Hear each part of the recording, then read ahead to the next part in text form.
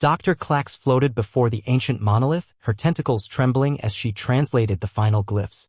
The archaeological team had discovered the Ancient One's last message on a dead world at the galaxy's edge, a civilization that had mastered space-time itself before vanishing 50 million years ago. Professor, her assistant chirped nervously, what does it say? Clax's chromophores flashed pale with dread. It's a warning. About a planet in the Orion Arm. The Ancient Ones call it the Crucible. The holographic star map activated, zooming through cosmic dust clouds until it centered on an unremarkable yellow star. The third planet glowed with an ominous red outline. Earth, whispered someone. Captain Vrex of the Galactic Survey Corps stepped forward, his crystalline form refracting the monolith's light. Impossible.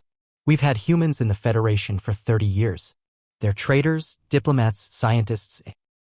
Read it yourself, Clax transmitted the translation to everyone's neural implants. The message materialized in their minds. We who bent reality, who danced between dimensions, who seeded life across 10,000 worlds, we found our match in the Crucible. Not in its storms that strip atmosphere, nor its quakes that swallow continents. Not in its ice ages or the rock that killed the great lizards. But in what it produces. Life that refuses to die. We observed. We calculated. Every extinction event made them stronger. What survived wasn't the fittest, it was the most stubborn. The most angry. The most determined to exist despite all logic suggesting otherwise. We tried to make contact when they were young. Sent our most gifted ambassador when they had barely discovered fire. She never returned. They had eaten her. Not from malice, from curiosity. They wanted to know if gods could bleed. They could. Do not mistake their current form for evolution's end. They are evolution's revenge. Every peaceful gesture masks the trillion murders that built their genome. Every smile hides teeth designed to tear flesh. Every invention springs from minds shaped by a world that gave them nothing but demanded everything. We could break stars. They broke each other and used the pieces to build ladders.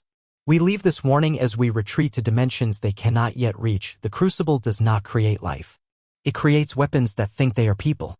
When they come to the stars, and they will come, remember that they are not explorers. They are survivors. And a survivor will do anything to live. Even befriend you. The silence stretched across eons. This has to be wrong, Captain Vrex finally said. I've served alongside humans. Lieutenant Rodriguez saved my life during the Kepler incident. Ambassador Chun negotiated peace with the Andromedan Hive. They're not weapons. Clax pulled up recent human history. Look at their own records. 2 global wars using chemical weapons, nuclear bombs on their own cities, genocide after genocide. They poisoned their own air and water, then figured out how to survive it anyway. They're currently terraforming Mars, not because they need to, but because they're practicing. Practicing for what? A new voice cut through their debate. For whatever comes next. They spun to find a human standing in the doorway, Dr. James Parker, the Federation's archaeological liaison. How long had he been listening?